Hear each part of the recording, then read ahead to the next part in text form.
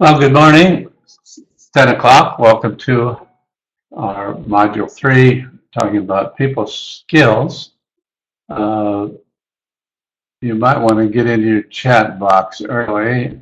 We've got 6 people so far. It's all people are gradually coming in. If anybody's got any questions left over from our first sessions, you could put them in the chat box while we're waiting for maybe a couple more people to come in, but we're not going to wait long because we've got a lot of material to cover today. Hope everybody's recovered from the elections, back to work, and excuse me.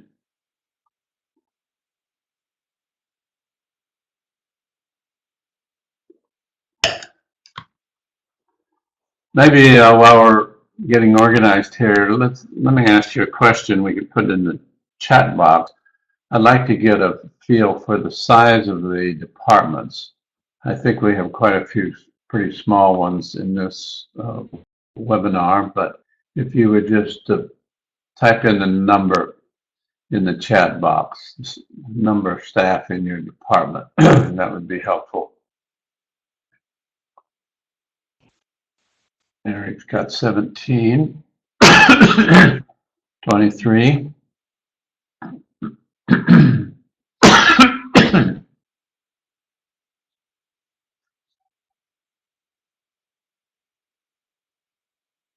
Okay, I've got 3 of you. Here we go. Shannon's got 20.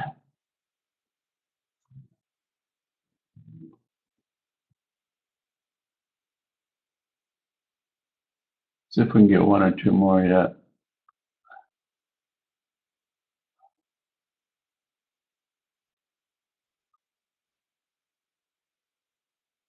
Who are we missing?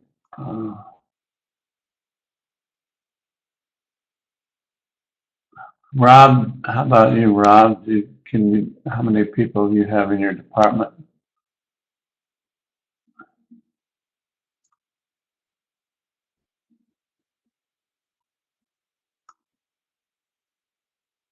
Okay. Let me get my live video off here and we'll get underway.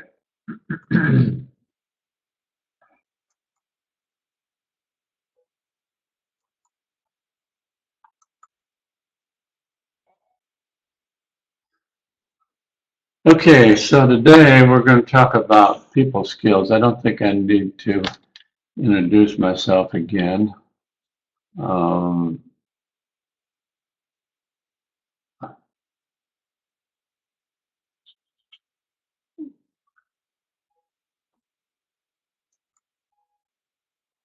So my technology is active a little bit here, but I think it's going to work. Okay. All right, here we go. Anybody who's new here, I'm Paul Zucker, I'll be leading this webinar. Today we're going to talk about people, and this is half of this webinar. The next session we'll do the other half of people. So good people skills and knowing how to handle personnel issues is central for any good planning director, and I would say all managers and supervisors in your department. Now, this has always been true. However, the techniques and approaches used in contemporary organizations have changed dramatically, and they're continuing to change. And I try to indicate what some of those changes are as we go through these 2 sessions. Now, the industrial age, organizations, including government organizations, have been built on the principle of specialization and interchangeable parts, looking a little bit like this. However, square people were recruited for square jobs. This was the industrial age, and no need to bring your brain to work, leave it at the door, because we can tell you exactly what to do. Now, to some extent, now the private sector has changed dramatically on this topic. Governments tended to be a little slow, but is starting to change also. So the information age and empowerment, which we're going to talk a lot about in this course, are turning these organizations on their head.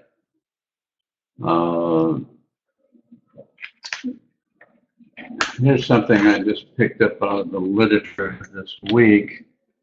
Employees no longer just want to be heard. They want to play an active role in shaping their workplace on an ongoing basis. They want a voice in determining what actions are taken, when and by whom, and they want to see results. And they want to be empowered also. Jennifer, I'm not getting any sound. Amber's not certain what's wrong. Anybody else having sound problems? Well, Amber's looking at it, but and everybody else okay? If you're having sound problems, please put it in the chat box. Okay, well, the interesting thing about the this information age, it's good for both the organization and the employee. The organizations benefit because productivity and creativity go up. Employees are happier and also benefit because using their brain and skill is what they've always wanted. And today, as you can see on this statement, they demand. This is what we would call a win-win situation. So the employee wins, the organization wins.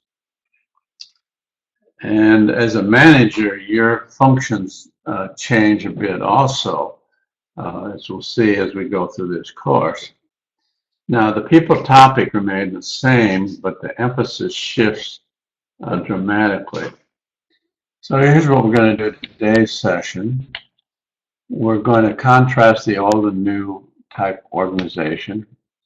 I want to talk about hiring, very important, then how your orientation programs for new employees, probation, how you use it, and delegation. Delegation perhaps will be the most important topic we discussed this morning. So let's start by contrasting the old and the new. So here's the old on the left and the new on the right. The old, capital is key, and today people are key. Now, capital is still important, but the emphasis very much is shifting to the people side. The old, training's a waste, or we could say training in a very narrow sense is what went on. But today, extensive training, and we see real problems with that in typical planning departments. The old system, very tight controls. The new system, loose controls. Now, you still may have a policy manual, but it's going to be less of a control manual and more of a help manual. Then in the old, the managers or employees have little authority, and in the new, maximum authority, and that's where this notion of empowerment comes in. Then the old, money's the main motivator, and today we have other motivators. Now this, I usually have a little trouble convincing government people about this, but in fact, as you'll see, next week, I guess it's 2 weeks, we do the next session, I'll show you exactly how money tends not to be the main motivator. And we'll show you what really the main motivators are these days. Then the old system, we have central direction, I'm the boss. And the new, we have heavy participation. Kind of interesting to look at these vis-a-vis what's going on in Washington right now, because we don't know yet, but it sounds like some of the new direction may actually violate some of these, what we see as main directions in most organizations. Then the old system, we have very narrow focus. In the new system, we have a holistic focus. Now, planners should really like this because as planners, we tend to think very much in holistic terms. If any of these are not clear, let's get some questions going in a chat box. But this sets the whole framework for what's happening on the people side of the organization.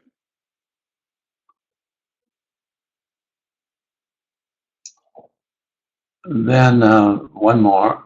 The old organization is all staff, and most of our government clients, everybody's into staff, seemingly wanting more staff.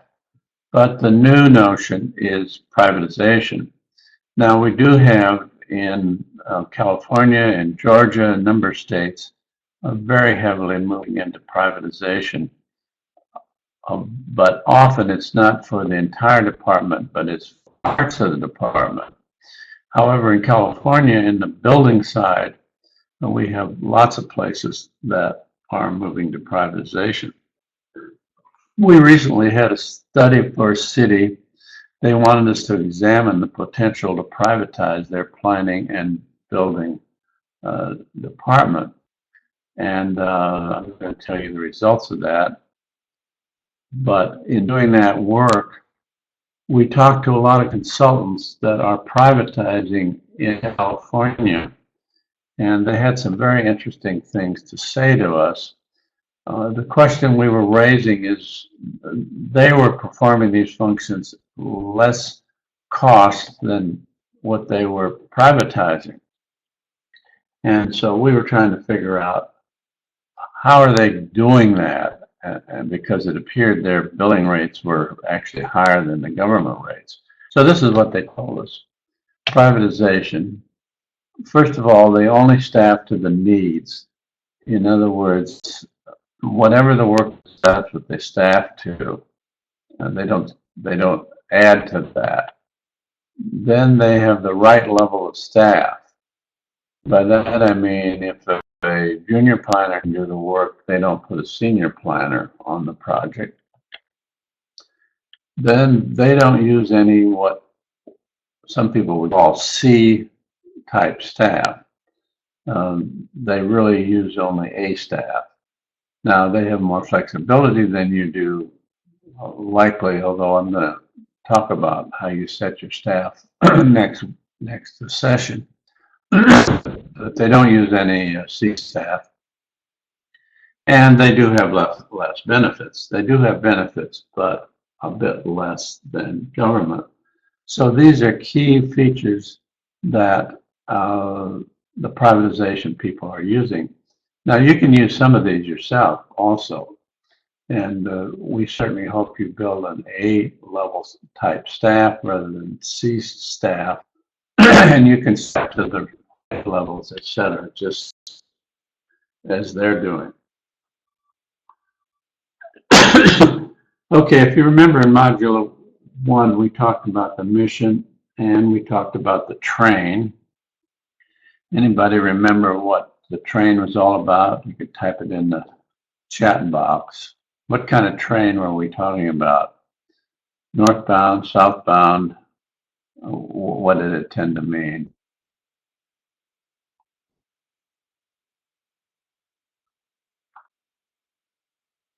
Somebody's typing.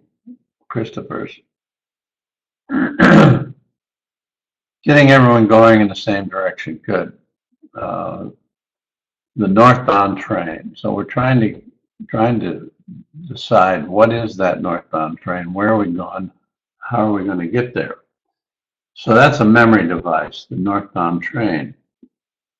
Now today I'm going to give you, for personnel issues, another memory device. That's another vehicle, complements the train, and I'll illustrate this in cartoon fashion. Here's Lucy. There's an old song, Charlie Brown, that says life is like a railroad. That's the train. That's the northbound train. Linus says, I've never been on a train. Have you ever been out to the airport? I've seen the airport, but I've never flown on a plane. Took a trip on a bus once. Is life like a trip on a bus?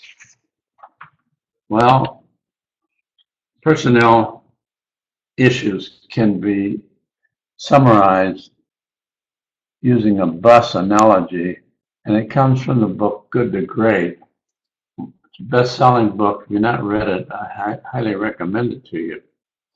And the authors summarize personnel into 4 main points.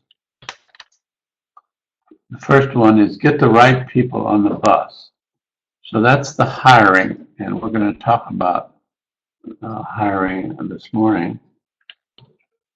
Second is get the wrong people off the bus. So that would be encouraging people to get on a different train. This would be firing, which people tend to feel you can't do. I don't know where this yellow arrow is coming from, at least on my. Get rid of that. So you get the wrong people off the bus. Now, it's very difficult in most governments.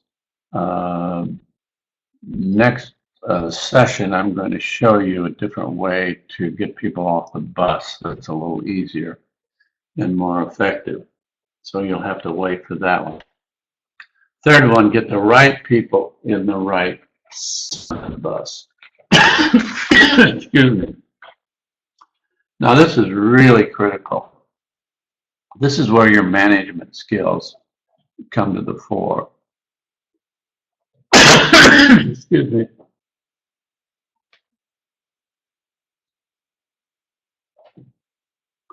We see this in coaching a lot. This is the coach that, in a football analogy, can take somebody that's playing right tackle, but instead moves them to left tackle.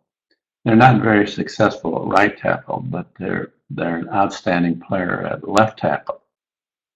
So that's getting the people in the right seats in the bus, and that should be high on everybody, all the managers and supervisors in this course. That's high on your to-do list, getting the people in the right seats. And then finally, you figure out where to drive the bus. Now, the authors of Good to Great, they actually used these 4 in this sequence. However, for you, and I think in government, I would tend to do it a little bit differently. I would take this one. This is our northbound train. I would do that one first, and then I would do these. Their theory was they need to get the right people on the bus, the wrong people off, and in the right seats before they could really figure out where they wanted to drive the bus. I can maybe see that in some of the private sector, but I think that would be tough in government. So I suggest you start with the number 4 and go from there. So the old adage that people are your most important asset turns out to be wrong. People are not your most important asset. The right people are your most important asset. And I would say the right people in the right seat on your bus. So as a memory device, you ought to get these 4 in your memory computer, because you can really set everything you're going to do in personnel management around these 4. So are you ready to embrace the future and create a workplace employees of the future will choose? Very important. So let's start with the first Good to Great, getting the right people on the bus, hiring. Now, irrespective of the size of your organization, selecting the right people is key, and it's absolutely key. Here it is in cartoon fashion. Which skills would you say make you best candidate for the position? Or, and what's your qualification to be our new zoning enforcement officer? Steve Covey, who wrote The 7 Habits of Highly Effective People, also had an interesting twist. He suggests that instead of telling people what they're hired to do, we should ask them what they love to do, then create a marriage between that passion and the needs of the organization. And you can interpret that related to getting people in the right seats on your bus. So the question is, do you have the talent you need to compete? Do you have the talent mix you need to compete or to put forth a successful program? You give a good idea to a mediocre team, they'll screw it up. But if you give a mediocre idea to a great team, they'll make it work. My goal for you would be to try to get as many A-type people in your department as possible. And I certainly do that in my own consulting team, and it takes a little work. Right now, I've got all A players in my consulting practice, and it makes a big difference. A few key points to keep in mind in the hiring process. Never in the history of the modern world have there been 4 generations, much less 5 in some organizations, in the workplace that bring such vastly different sets of values, beliefs, and expectations in your organization. And this really calls for your skills as a manager. And never has a generation entered the workplace using technologies so far ahead of those adopted by many of the employers and probably your planning department. So you may have inferior technology. Your people may be using better technology than you actually have. So that's a challenge for you. Okay, so we're in the hiring process. We start by locating talent, and advertising can be part of the issue. Now, I've hired literally hundreds and hundreds of people and worked with probably 10 or more personnel departments. And the big problem many of you are going to have right off the bat is your HR or your personnel department. So you're going to have to work hard to get them to let you do what needs to be done. So the first thing to do is an effective advertising job. And most governments don't do a particularly good job of advertising. So here's 3 ads. 2 of them are very old. Only one of them I've used, but they were all very effective. So here's the first one. This is when I was planning director in Marin County, California. You can see by the salaries how old this is. This is me, earlier age, in the middle. These were my staff. This was an extremely effective ad. When they tried to fire me the first time, however, one of the elected officials drug this out of his file and used this as an example of being irresponsible.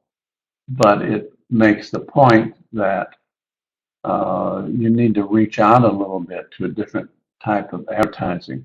Here's another one from about the same time period. We need your help, obviously. And this happened to be another California county, and this was the staff of that county. Again, very effective. Now, when we were in the stage of not being able to find planners, and we're starting to move into that phase again, this was out of Florida. Show me the money. And this organization, happened to be Charlotte County, was actually putting up $30,000 signing bonuses. Here it is right over here. See this signing bonus? And again, a very effective ad.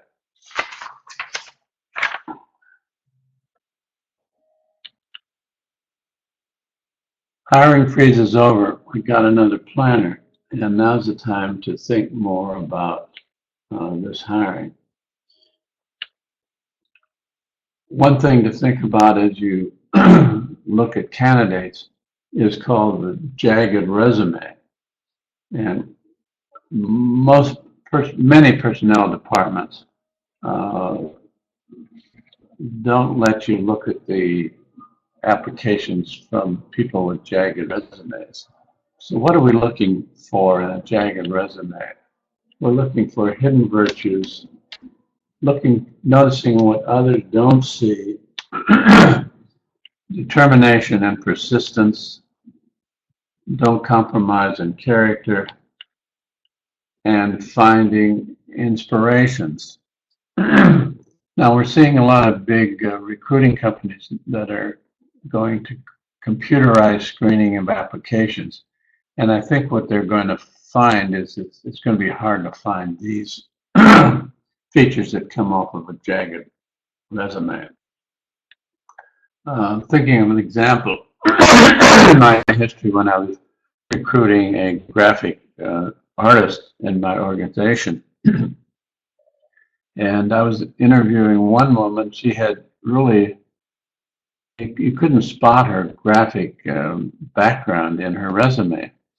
But as I was interviewing her, I found something very interesting. Her father was a nationally known author of children's books, and she grew up watching him working with him, and she had a lot of experience that simply did not show on her resume.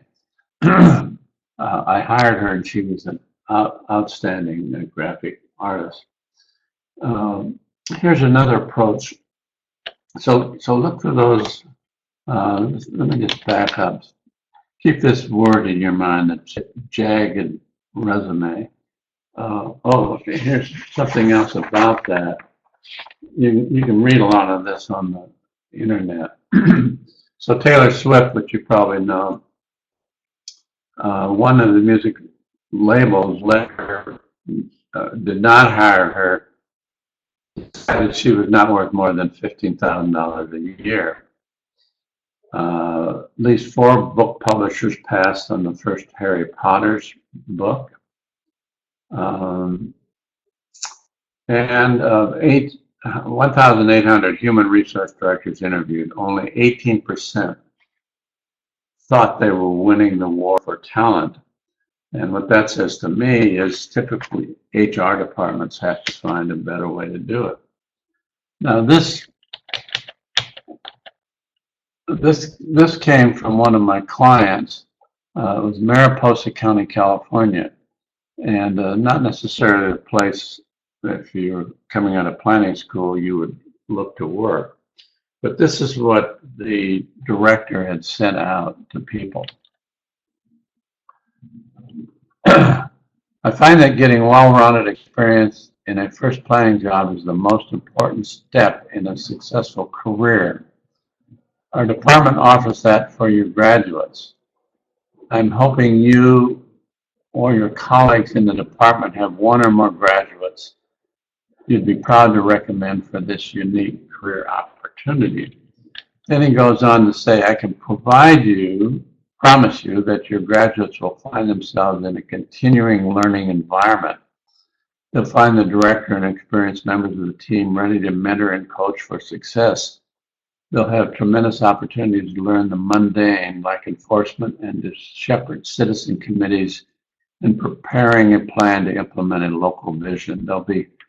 They will learn skills for supervision, budget, and public presentation. I thought this was fantastic, and it turned out, in his case, to be very successful. A couple of you are asking questions about that jagged resume. Hopefully when I gave you some of the examples that begin to answer that, Kevin and Shannon, but what I'm looking for is something unique in those resumes, rather than simply the standard, I worked 3 years here, 2 years there. Trying to look beyond that. We'll come back to that in a few minutes, but that's what a jagged resume is. Here's another example. A number of cities now, particularly at the director level, are hiring recruiting firms, and several of those have asked me to sit on interview panels. And when I've done that, I haven't always been impressed with the quality of the people we were interviewing. So in two cases, I asked to look at the resumes of people that had been screened out. And knowing a lot of planners myself, I found that the recruiting firms were tending to screen out what I considered to be the better applicants. And many of those applicants had what I would call jagged resumes. So it takes a lot of work to get behind the resume to find your good people. So then we got the screening interview. Oh, excuse me, before we do that, let's look at what we're talking about to begin with. So we got the job and we've got the person.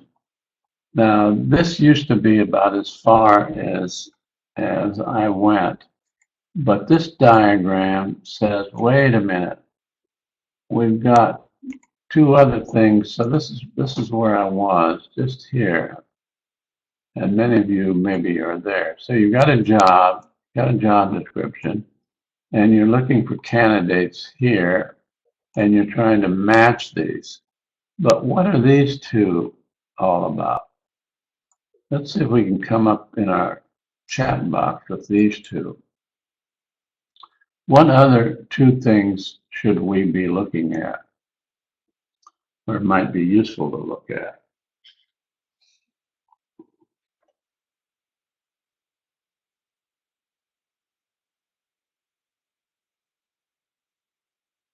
Okay, Shannon's trying to type something here.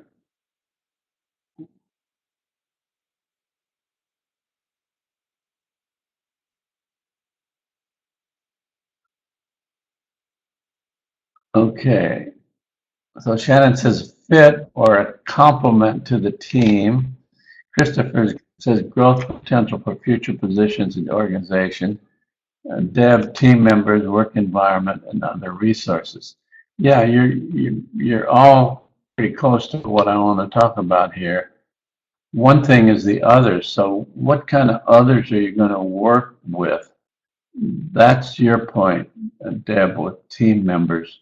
And with fit, that would be your fit and complement to the team, Shannon. And then you come up with another word that's important, which we just call environment. You call it the work environment.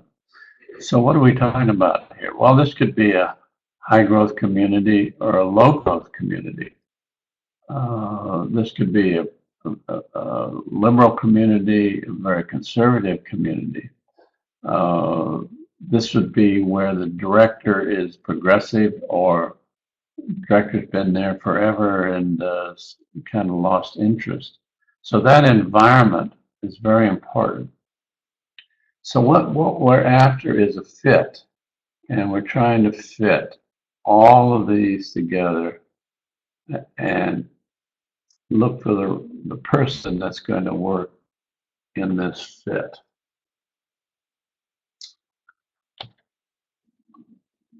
So let's look at some questions. The screening interview. These questions will be in your handout after this seminar, and you may come up with some questions that are even better or fit your community better. But so what are your career goals? That's a good question. What are you really good at? What are you good at or not interested in doing professionally? And that can draw out a lot of people that may or may not fit your organization. Who were your last 5 bosses and how will they rate your performance? And it's interesting once you do then some referencing to see how the candidate scores match those people that you're going to work with. And here's some other questions. What do you do when something needs to be done and no procedure exists for it? What self-improvement efforts are you making? Recall a time when people around you weren't being totally honest. What did you do? What does fair mean to you? How important is fairness? For what have you been counseled about the most? What's the most difficult situation you faced? What did you feel? How did you react? I guess you could say, what did you do? Describe at least two important achievements, and you can tell a lot about them depending on what they pick out. Tell me about a time when a decision was needed and no supervisor was available. And then finally, what kinds of rewards are most satisfying to you? So you should experiment with these questions, develop your own approach to them. Here's another little technique that I often use. Just take two index cards, look like this, and write on one the word job, and write on the other the person. And you can actually hand these to a candidate and ask them, okay, what kind of match do you think you are? Here's the job and here's the person. And you may or may not want a exact match. You may want the person being bigger than the job or vice versa. But this is a little technique that can help you in screening people. Then when asking questions, getting a response, always keep in mind what's called the critical incident procedure. Let me give you a couple of examples. So you're interviewing somebody and they say, well, I worked on the city budget. And your initial reaction, well, that could be very interesting. Now, let's ask a critical incident question. So what did you exactly do on the city budget? Turns out they worked in a print shop collating the city budget. So you had to ask that second question to get to the bottom of it.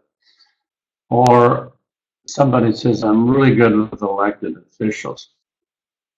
So now you need a critical incident procedure to follow up. Tell me something about the worst elected official you ever worked with, and how did you handle that? And that's a critical incident kind of question. After candidate answers one of the primary questions, get curious about the answer by asking the follow-up question that begins with what, how, tell me more.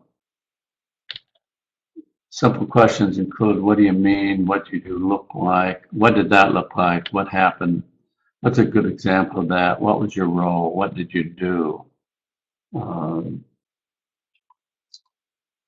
Okay, now when you have a short list, and again, this is going to vary by what your HR department's allowing you to do. Now you're ready to do a reference checking, and some organizations no longer do reference checking or won't allow it, but I think it's very critical. If you're calling references, you may have to work hard to get people to really talk to you. Now, if you're at higher level positions, you need at least this: two bosses, two peers, two subordinates, and two community members. Obviously, if you're doing a initial planner, first job out, you would not have these to rely on. Now, to draw people out, here's some sample questions you could use. And so, in what context did you work with the person? What were the biggest strengths? Tell me about their creative skills. How well they work with others? How do they work under pressure? What do they do when things are falling apart? So these are questions that can help draw out the references. You can ask, how does the person react when they don't get what they want? What's the biggest areas for improvement? if you asked for one piece of advice for improvement, what would you say? Then how would you rate their overall performance? That's a standard question many people use. I think it still can be useful on a scale of 1 to 10. And if the person struggled with whatever, you can let them fill that in. What can you do about that? So these are all trying to really get behind what this person's about. And this is kind of a cartoon, but it's true. The rule of crappy people. Many literature suggests that crappy people hire crappy people or hire only people that look just like them. Uh, if your organization is working this way, eventually it will destroy the organization. A lot of new approaches to hiring these days. It's been suggested we typically hire people for what they can do, that's their skills and experience, but we fire people for who they are. If this is true, we should do more hiring of people for who they are. But most of the processes we use don't get behind that.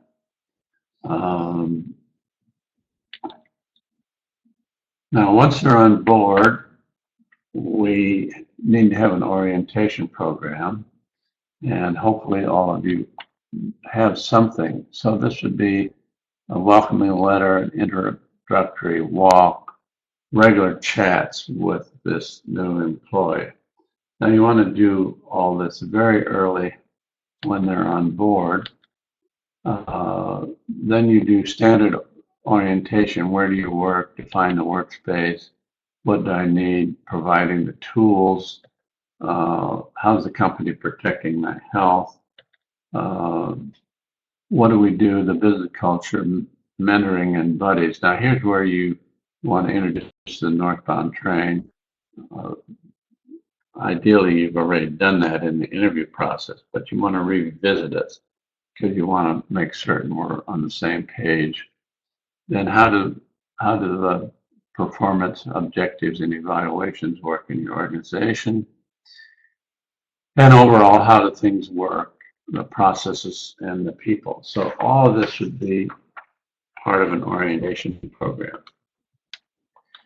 Now, if somebody fails in a job, whose problem is it? So here's our first weeks and months. Anybody want to give me a response in the chat box? So if somebody fails in the organization, whose fault is that?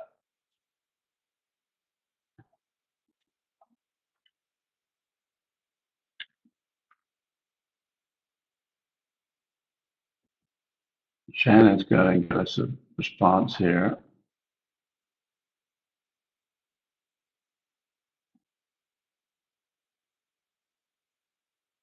Somebody fails, and you've been in the hiring position. Whose fault is that failure?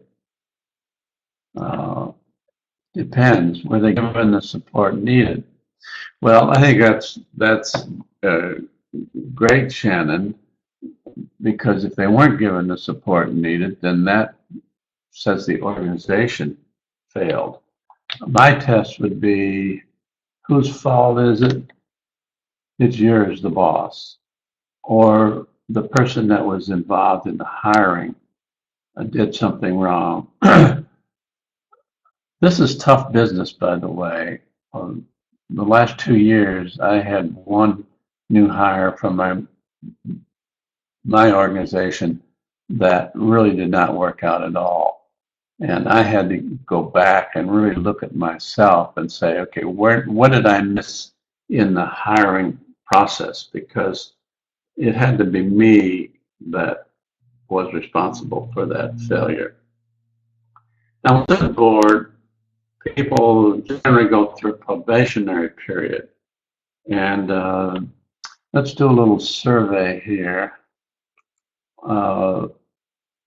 If you have a probationary period, what's the length of it?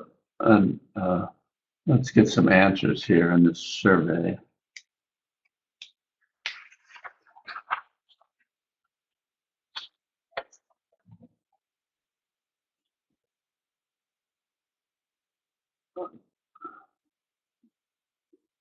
So it looks like so far 6 months. I'm going to end the voting here and show the results.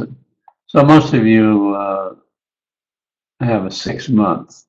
40% of you have a 6 month. A few of you have a 12 months.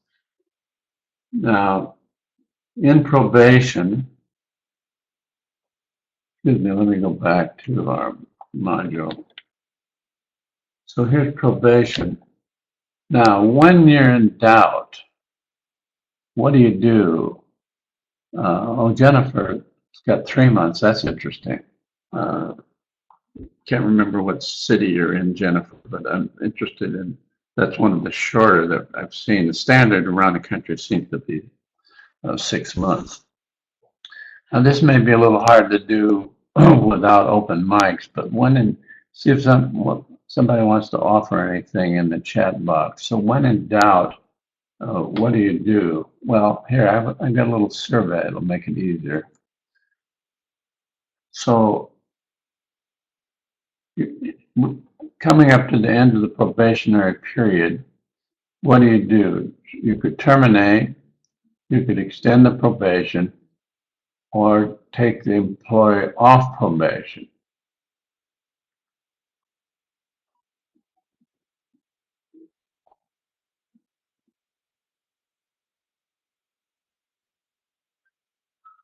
And a few people changing their mind here as we go.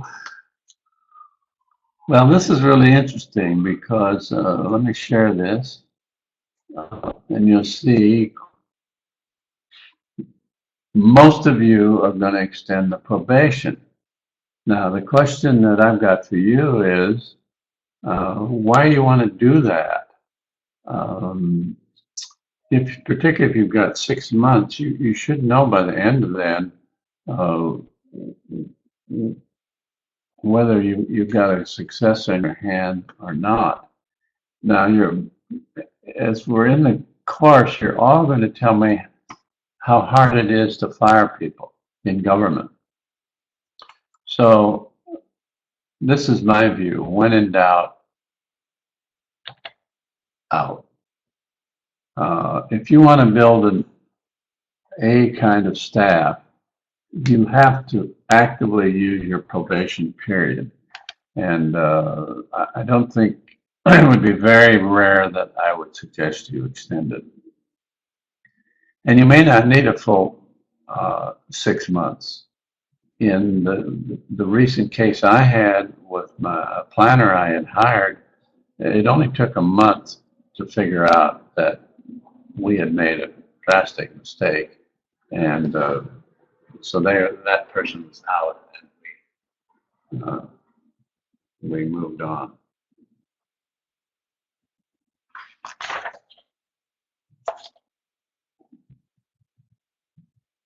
Let's look at this in cartoon fashion. I fire people, guess what? I don't know. Feel free to chat about this in the chat box, and I'm going to move on, but we can come back and talk about this a bit more because we obviously have a difference of opinion right here about what to do with probation. Okay, now let's go to an absolutely critical thing. You've hired them, you've taken them off probation, and now we get into delegation. And so I move around the country working with planning departments. The delegation problem's almost at the top of the list of problems. Now, in the first session, we talked about the northbound train as a memory device. And then this morning, we talked about the bus, the 4 points on the bus, and that's another memory device. And I'm going to come back to your question, Shannon, in a few minutes. I'm not going to ignore it because I think it's important. But continuing on with the delegation. So now I'm going to give you another memory device. and it's a pie. And it looks like this. It's called an organizing pie. And it looks like a pie with a piece out of it. And the piece out of it is the management piece. So the whole pie is the function.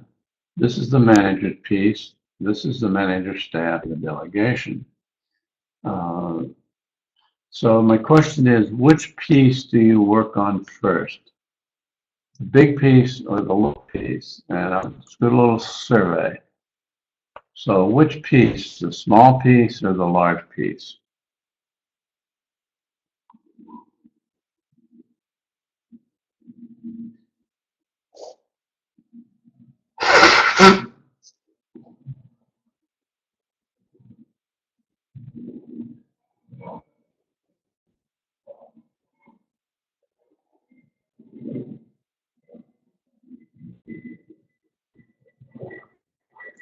Okay, let's share this. And most of you are saying the small piece, which is the way I think this needs to be answered. But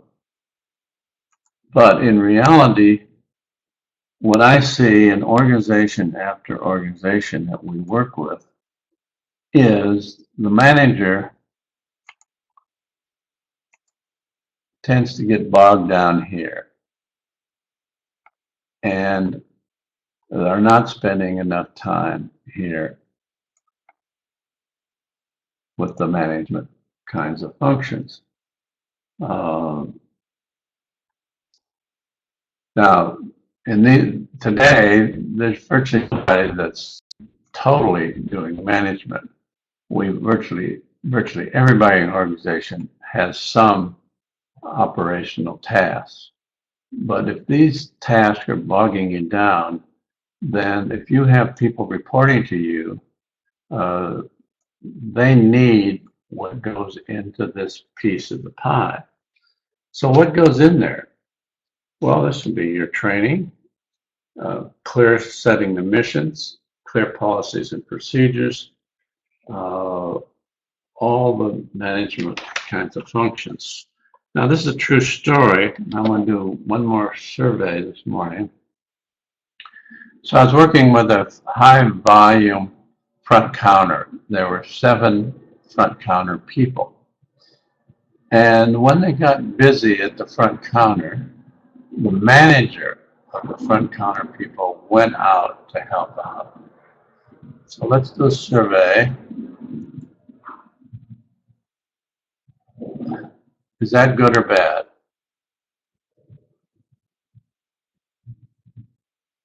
Things got bogged down front counter, manager goes out to help out. Is that good or bad?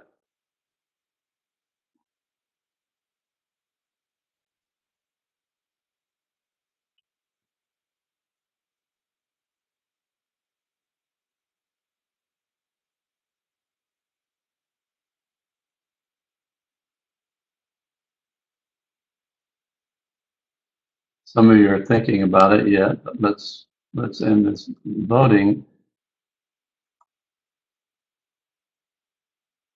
Now you're split on this question. Some of you say it's good, some of you say it's bad. Kind of frustrating in this kind of webinar format. If I were in the classroom, we'd have some interesting dialogue on this. For this was a real live example, and what I told the supervisor of this group is the next time I was in town, if I caught her at the front counter, I was going to take her back to her desk and chain her to her desk. Now, why would I say that? Because the front counter staff were not well trained, the policies and procedures were not in place, and she could spend all her time at the front counter and things were not going to improve.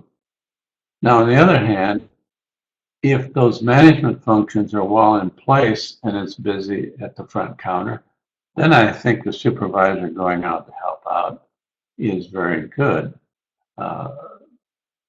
So those of you in managers and supervisors, you need to work on this. You need to make certain you've got this piece well under control and not letting yourself get bogged down here in these activities. Let's look at a couple other examples.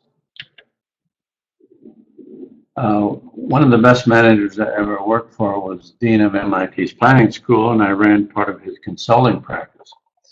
And he did this chart first day on the job, and he drew a line, and this is sort of the line that he drew. So he said, when we're starting responsibility and authority, he had most of it, and I had very little. But he said, let's don't be confused. Over time, what I'm after is he will have very little and I will have the much bigger piece. So that's the way you think about manager subordination and the delegation issue. Now, other delegation issues, one's called the monkey on the back problem. So the subordinate comes into your office, your manager, supervisor, he's got a monkey on his back, a problem. What's the subordinate's goal? Well, when he leaves, he wants to leave with the monkey on your back. But what's your job?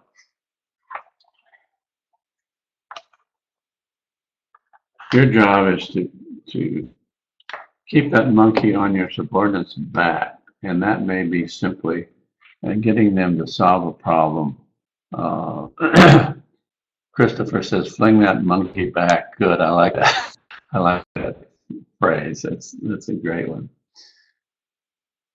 Now here's another one. These are all little subordinate pieces of delegation, but they can all relate back to the pie.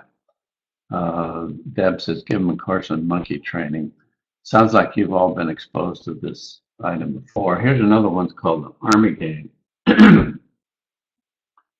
The Army game, if we had time to draw it out with you, it's in the Army, people do exactly what they're told to do. Well, you're the boss, you're the manager. Don't you want people to follow? You tell somebody to do something and they do it. What's the matter with that? That's an Army game kind of the issue. Well, this is the problem with it. You excuse the the words in the cartoon, but you can't tell people to do exactly everything. So you don't want them to do exactly what you tell them to do. You want them to be empowered and to use some of their judgment as they move through the organization. So how is delegation changing? These days we delegate more, not less. So we empower employees. We have fewer controls, but if you're going to have fewer controls, you better be certain that your northbound train's clear and that people have a northbound ticket. So delegating to somebody with a southbound ticket is quite different than delegating with somebody with a northbound ticket.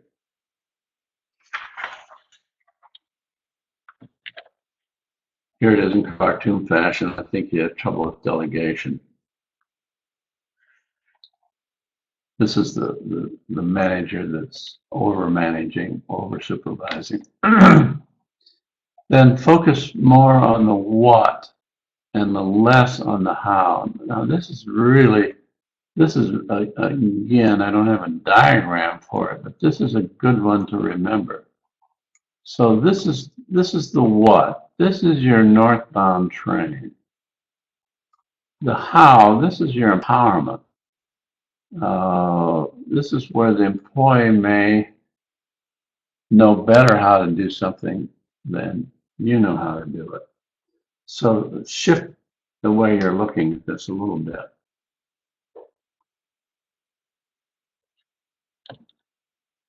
gives people some spending authority if you can. Now, most of you can't do that, but you might be able to let them be involved in who gets to go to the seminars, conferences, that sort of thing.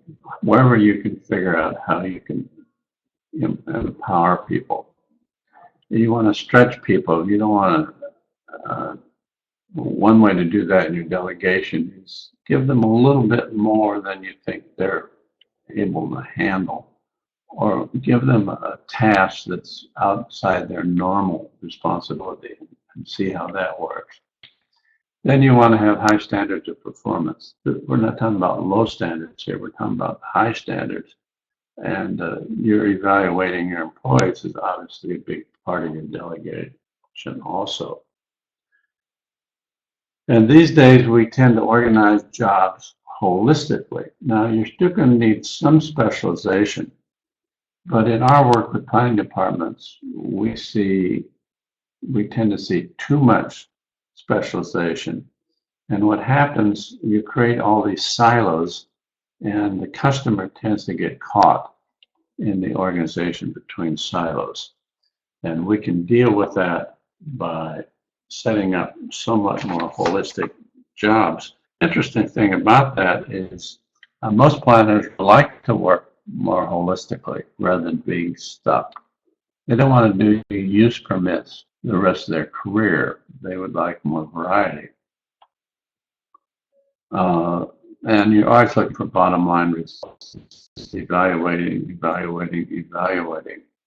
And we're going to deal with that in the next session. So you got to train your subordinates to assume responsibility. And in the next session, we're going to go back and deal with this empowerment notion again, because it's one thing to say, I want to empower employees, but it's another to learn how to do it and get people to actually become empowered. Now,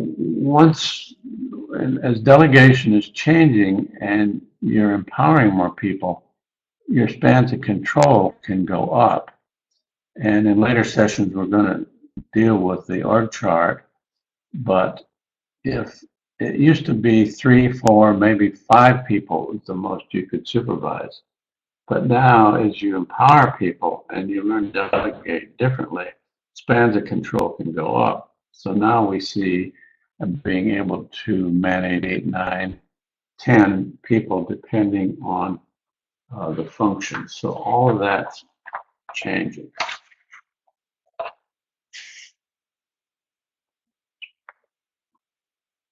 So just to sum up, then I'm going to go back to some questions here. We started with the bus, and I want you to get those 4 items in your brain and your memory bank. Well, let's try it in the chat box. See how you're doing and coming up with those without having it on the screen. So we talked about the bus. What was important?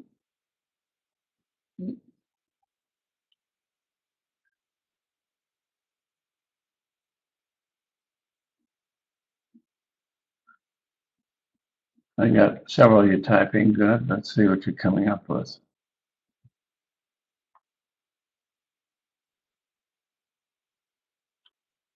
Well, Shannon, you've got a nice shorthand. I like your shorthand here. It's on the bus, off the bus, the right seats, the right direction. Great.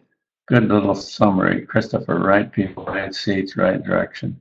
Fantastic. These are much better shorthands than I usually use. So you can build your whole personnel situation, your whole management situation right around this bus notion. And Eric says the big thing is getting in the right direction. Yeah, if you don't have a good northbound train, the rest of this isn't going to work. So Caller says have a vision, hire the right people, get the wrong people off, get them in the right seats. And so we talked about the bus, and that's great. Then we talked about hiring and different ways to go about hiring. and the orientation program. And I think we're going to have time this morning that I can give you some more hiring examples. And the probation. Now, we seem to struggle with this probation question. Let me go back. Shannon, let's see, you had a point. I've got to scroll here and find it. Shannon, you said it can be a long process to hire and there's a big learning curve. Well, there's no question we are seeing, and I know Shannon's organization, we're seeing big learning curves in that organization. We just finished Austin, which also has very complex regulation, and we found very extensive learning curves. What the learning curve does, though, it ups the notion of training, and it also means that it ups the notion of the kind of people you hire. But the question, hang on one second there.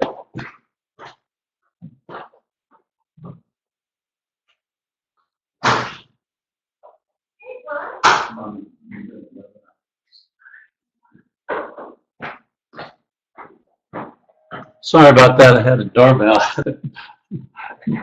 My daughter-in-law, so we wanted to let her in the house. So on this probation, even so, I think within 6 months, you may not have a fully trained person, but you ought to know what the capabilities are.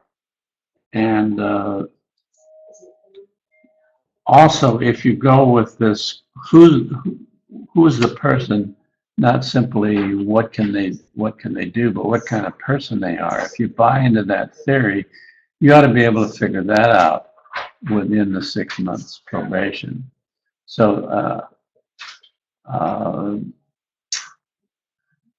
don't know, Shannon, you want to say anything more about that, or anybody else wants to talk about this probation, but I just feel so strongly about it because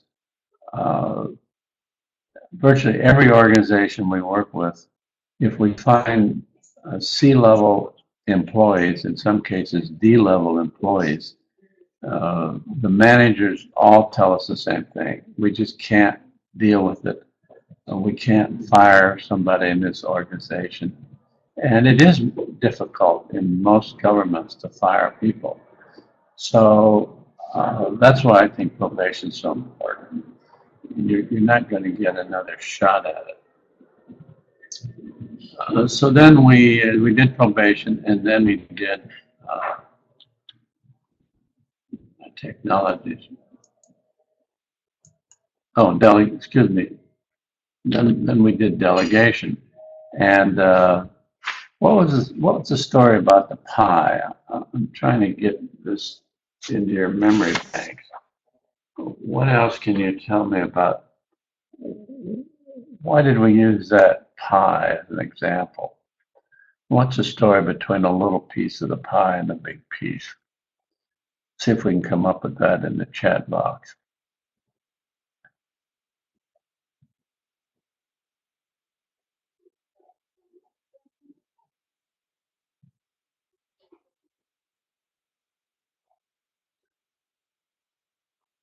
Okay.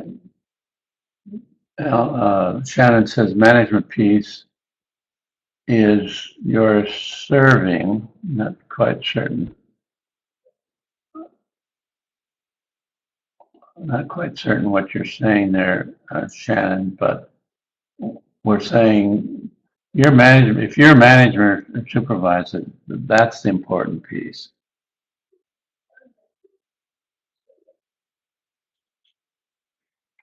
Well, Christopher, that's an interesting way of saying it. A little piece can get bogged down by too much involvement in a big piece. Yes. I wouldn't be afraid of I'm going to go back to my MIT head of MIT's planning program that I worked for, and relate that to the little piece and the big piece. Now, his name was Jack Howard. He loved to lay out parking lots. He came to my office once a week, and if there was a roll of plans there, the first thing he would do is roll the plans out, put a tracing paper on them, and redesign the parking lots. So that was in the big piece. Was there any problem with that? Well, he had the small piece in the most control of any managers I've ever worked for. And if that's you, go ahead and work some things in the big piece and do some things that you like to do. That's okay, but not at the expense of the small piece. Um, and I see this over and over and over again. The organization is suffering because the managers and supervisors are not really doing a good job of managing and supervising. Go ahead and put in other questions of everything we've covered here today, and I'll keep my eye on the chat box. In the meantime, here's a few stories out of my past that might help on some of this. Let's talk about hiring interviews. Now, it's not unusual these days that in an HR system, the interviews are set for 1-hour interviews. And some way you bring in a panel, and in 1 hour, you're supposed to determine who you want to hire in this process. On its face, I don't know if you agree with me, but that's really simply ridiculous. You can't really find out who a person is in that quick of a time. So you need to do much more extensive interviewing. I'm thinking about when I was Tucson planning director, we were hiring an assistant director. And we did something without getting approval of the HR department. They didn't like it at all once they heard about it, but it was very effective. So what did we do? I think we had 6 or 7 candidates. We flew them into Tucson. We put them through a variety of panels. We had peer staff interviewing them. We had citizens interviewing them. We put them through some tests. They spent most of the day in a variety of interviews. Then at the end of the day, I had a cocktail reception at my house for all the candidates. They were all there at the same time with a lot of my staff. And that was a very, very effective process. But you can see the difference between that process and the typical 1-hour hiring kinds of things. I see the same thing when I've worked with recruiting firms, and they select the top candidates, and then they bring it together a panel, and we go through a 1-hour interview. That simply is not sufficient to get behind this and find the right people.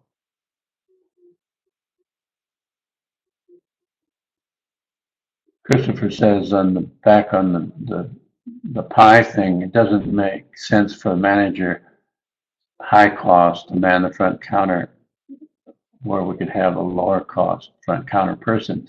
I agree with that. The one thing I want to be a little careful about, Christopher, is I think a manager who has the small piece under control, spending some time at the front counter can be a great learning curve for the manager and help managers see issues that the manager needs to address. So there's a little trade-off there that can take place. Another time I was hiring a top-level deputy, this obviously for bigger departments, and the organization I was working for would not pay for out-of-town people to fly in. But I did get them to agree to let me fly to several airports around the country. And then I would have candidates come in uh, to those airport, and would find a room in the airport where I could do the interviewing right there in the more local area. Very effective. We also did their little tricks. Most planners, it's important that they're good writers. So as I brought people in, I would give them some kind of a question or topic and a yellow pad and say, okay, go in the other room for 15 minutes and write about that topic and come back and we'll talk about it. And it was amazing. They're fairly high level people. I actually had people come back with nothing on their tablet. And so right off the bat, we knew that there was a problem. The other thing with this fit notion, I go back to when I was hired as planning director in Marin County, California. And there were several interesting things about this. But when they got down to the final two candidates, me and one other person, and the elected officials had made their decision, the county administrator called the two of us in his office at the same time. Very unusual process. The other candidate, which I happen to know, actually, in many respects, was a superior candidate to me, had much more experience, was well respected in the profession. I was much younger, much less experienced, but a very aggressive kind of planner. And I was hired. And what the county administrator told us, that we were sitting before him, the two of us, he explained how great both of us were, but what the county board wanted, they wanted the aggressive thing. That was the environment. That was the fit they were after. So it had nothing to say about the other director that was bad, but it was a matter of trying to get the right fit. So that's something to, that fit thing is always very important. Ideally, in a hiring situation, we would get HR to shorten the hiring process. And in fact, ideally, we get somebody on board before the person that's leaving leaves to help in the training program. So far, we haven't found an HR department willing to do that, but that certainly makes a lot of sense. So multiple interviews is the way to try to get behind. This is tough business. I mean, as long as I've been at this, I still occasionally make a mistake, and I made one last year. But you need to work at it and develop your skills in this area. Let's see if we've got some other questions.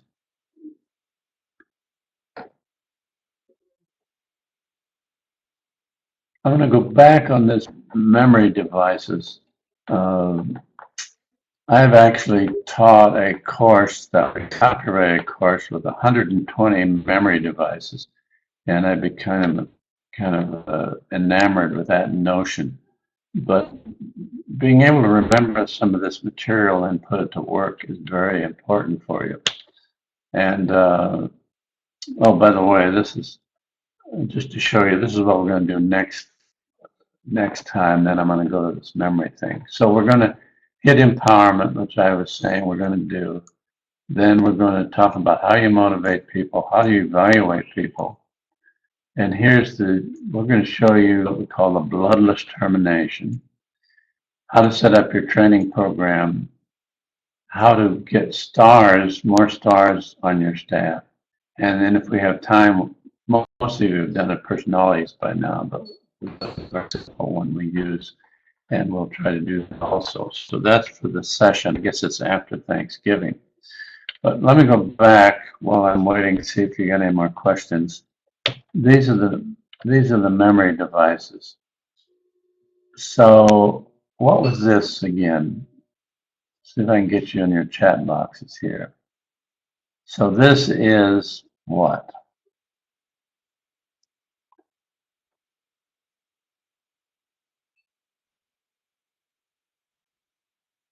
The northbound train, good. Christopher, the northbound train. This is trying to say what are we all about? Where are we going? How are we going to get there? Good shorthand reminder. Uh, okay, there's one. Now, we didn't talk about this one this morning yet, but this came out of our customer service. And this is a little harder maybe to remember. But let's see if any of you can come up with any of these 5 points. So what we did in customer service, we started here and then we went here, and I'll remind you here in a minute, but okay, good. One of you is define the customer. That's right here. That's step 1. Uh, Christopher jumped right here to service delivery system. But what's this one? We got a second one here. We define the customer here, and then strategy pretty close. This is what the customer wants, and we went through a whole bunch of ways to find it. And this was the delivery system. So we found out who's the customer. This is what they want. This is the delivery system, and then we said to do that. What? What was this one?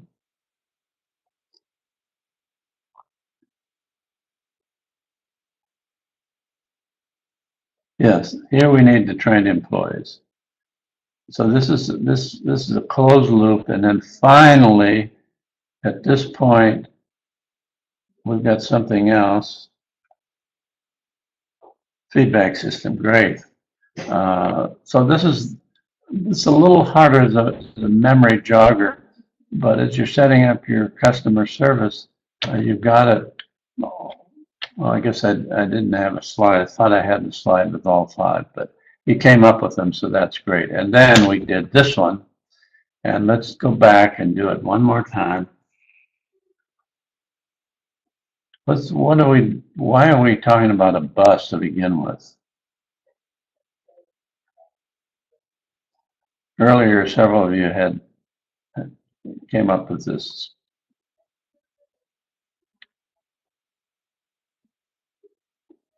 The bus is a reminder of the right person, the right seats, the right destination. We're missing one though, Jennifer and Christopher. We got the right person, the right seats, the right destination. What are we missing? The right driver. Well, I like that too. Well, here we go. Christopher, get the wrong people off the bus. Yes. And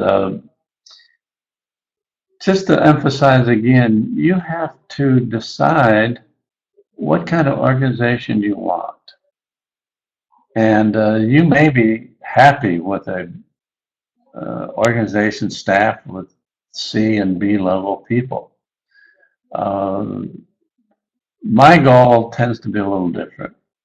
For my organization, I want all A-level people. And it's taken me, I've got a team right now. I would say every member, I've got 6 people, everyone's an A-level person. And takes a little work. A year ago, I had to terminate somebody before we even got through a probation period because I felt so strongly that I can only be successful with A-level staff team.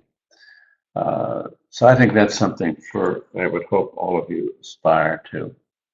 So those are our memory devices. We'll have a few more as we go through the course. Oh, we didn't do this one. Yeah, let's go back. Let's finish up with this one. So what's this memory jogger all about?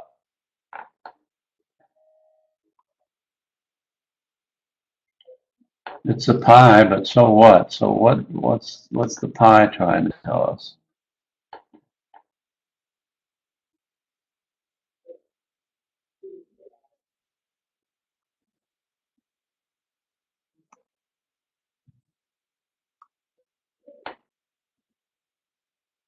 Maybe you're all trying to get back to work.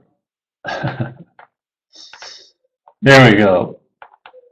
Management versus staff. Well, that's true. I don't know if I like that versus in there, Jennifer, but what we're trying to say, managers, this is your job. You're a manager. This is your training. This is your hiring. This is your empowerment. This is your policies and procedures.